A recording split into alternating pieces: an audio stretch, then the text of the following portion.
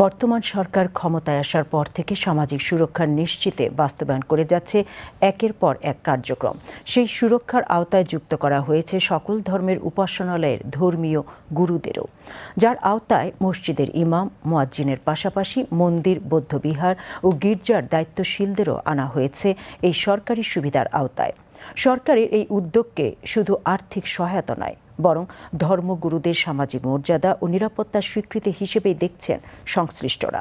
পাশাপাশি এটি উদার গণতান্ত্রিক ও অসাম্প্রদায়িক রাষ্ট্র ব্যবস্থার মূল্যবোধের বড় উদাহরণ বলেও মনে করেন তারা।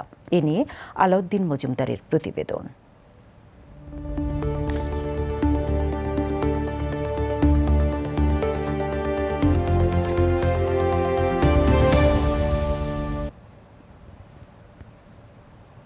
প্রতিদিন মানুষের কাছে শান্তি, নৈতিকতা আর মানবিকতার বার্তা পৌঁছে দিয়ে সমাজকে সুন্দর ও স্থিতিশীল রাখতে কাজ করে চলেছেন এই সমাজেরই একদল মানুষ।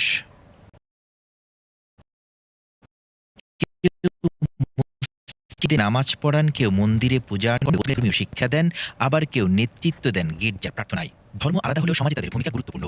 তবে অভূতপূর্ব এক পরিবর্তনের মধ্য দিয়ে বর্তমান সরকার ক্ষমতায় আসার পর অন্যান্য সামাজিক সুরক্ষা খাতের মতো দৃষ্টান্তমূলক সংযোজন ঘটিয়েছেন এখানেও। দেশের প্রতিটি নাগরিকের রাজনৈতিক এবং অর্থনৈতিক ক্ষমতায়ন নিশ্চিত করার মাধ্যমে আমরা আমাদের দেশকে একটি শক্তিশালী ভিত্তির উপরে প্রতিষ্ঠিত করতে চাই। সরকারি উদ্যোগে মসজিদের ইমাম, মুয়াজ্জিন ও খাদেমদের জন্য নির্ধারণ করা হয়েছে মাসিক সম্মাননা। পাশাপাশি মন্দির, বৌদ্ধবিহার ও গির্জার দায়িত্বশীলদেরও নির্দিষ্ট আর্থিক কাঠামোর আওতায় আনা হয়েছে। অর্থাৎ ধর্মীয় পরিচয় ভিন্ন হলেও সামাজিক সুরক্ষার ক্ষেত্রে রাষ্ট্রের দৃষ্টিতে যে সবাই সমান, তার এক বড় উদাহরণ হতে পারে এটি। আমরা তারেক জিয়াকে আশীর্বাদ করতেছি, মঙ্গল কামনা করতেছি, তিনি যেন আমাদের মাঝে আরও বারবার করে প্রধানমন্ত্রী হয়ে যেন থাকতে পারে। ইমাম, মুয়াজ্জিন এবং সকল ধর্মগুরুদের জন্য যে অবদান রেখেছেন, আসলে এটা তারই না, তার পিতৃ, তার বাবা, তার মা যেটা করেছেন আলেমুল্লাহদের জন্য এবং ইসলাম এবং অন্য ধর্মের জন্য, এটা সত্যি এটা সাহসিকতার একটা ব্যাপার আছে। আমাদের ইমামদের জন্য ইশতেহারের মধ্যে যে কথাগুলো বলেছিলেন সরকার, এই কথাগুলো যে বাস্তবায়ন হচ্ছে সেটা আমরা দেখতে পাচ্ছি এবং আমাদের ইমাম যারা আছে আমরা সরকারকে ধন্যবাদ জানাই এবং তার প্রতি কৃতজ্ঞ।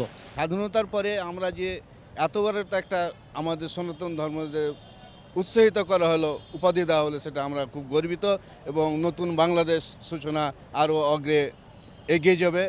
এখানে আর্থিক পরিমাণ হয়তো খুব বেশি নয়, তবে এর গুরুত্ব রয়েছে অন্য জায়গায়।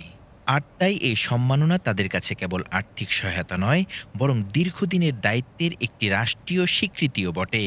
এটা যেন ধারাবাহিকভাবে থাকে, সচল থাকে এবং সকলের প্রতি যেন সমদৃষ্টি থাকে। তারেক রহমান স্যারের প্রতি দীর্ঘায়ু কামনা করে এবং সুস্বাস্থ্য কামনা করে। আরও অনেক সৌন্দর্য হয়েছে, ভালো হয়েছে। আমরাও যেরকম আমাদের ধর্মীয় লাইনে কাজ করতেছি, অন্য ধর্মাবলম্বী যারা আছে তারাও তাদের ধর্মীয় লাইনে কাজ করতেছে। প্রধানমন্ত্রী খুব ভালো একটা কাজ করছে, যে ইসলাম ধর্মের জন্য যেরকম করছে, সাথে সাথে অন্য পাশাপাশি অন্য ধর্মের জন্যও করছে। বর্তমান সরকার, তাকে আমি ধন্যবাদ জানাই যে এই যে পুরোহিতদের এবং দেখা যায় ইমামদের যে ভাতারা দিতেছে, এই কারণে দেখা যায় একটা বৈষম্য এটা সরকারে রাখে নাই, সবারই সমানভাবে চোখে দেখতেছে এবং একই একটা ফ্রেমের ভিতরে সরকার রাখতেছে। মসজিদ থেকে মন্দির, বৌদ্ধবিহার থেকে গির্জা, উপাসনালয় আলাদা হলেও ধর্মীয় গুরুত্বে, সামাজিক নিরাপত্তার প্রশ্নে এখানে রাখা হয়েছে একই ছাতার নিচে। আর এখানেই এই উদ্যোগের সবচেয়ে বড় তাৎপর্য দেখছেন সংশ্লিষ্টরা। অসাম্প্রদায়িক বাংলাদেশ গড়ার মধ্যে এবং বিশেষ করে এই পারস্পরিক সম্প্রীতি, যেটা আমাদের হাজার হাজার বছরের ঐতিহ্য, ব্রিটিশের আসার আগ পর্যন্ত যে আমাদের যে এই অসাম্প্রদায়িক ভালোবাসা এবং সম্প্রীতি যেটা ছিল, সেটা আবার পুনরুদ্ধার হতে যাচ্ছে, বিশেষ করে বাংলাদেশে। এই পরিকল্পনার মধ্য দিয়ে আমরা যারা এই বাংলাদেশে ধর্মীয় কাজ করি, ঈশ্বরের পক্ষে কাজ করি, আর তারা অত্যন্ত উৎসাহ পেয়েছি। এই সম্মাননাই হয়তো বদলে দেবে না তাদের পুরো জীবন, তবে দায়িত্বের স্বীকৃতি হিসেবে এটি তাদের কাছে হয়ে উঠেছে এক নতুন আশার প্রতীক হিসেবে। কারণ সামাজিক সুরক্ষা তখনই পূর্ণতা পায় যখন সমাজের প্রতিটি মানুষ অনুভব করে রাষ্ট্র সমমর্যাদায় তাদের সকলের পাশে আছে এবং রাষ্ট্রের চোখে সকল নাগরিকই সমান। আর তখনই আমার আগে আমরা, আমাদের আগে দেশ, ক্ষমতার আগে জনতা, সবার আগে বাংলাদেশ, এই স্লোগানে উদ্ভাসিত হয়ে ওঠে সকল কার্যক্রমের সফলতা। Alauddin Majumdar, VTV news, Dhaka.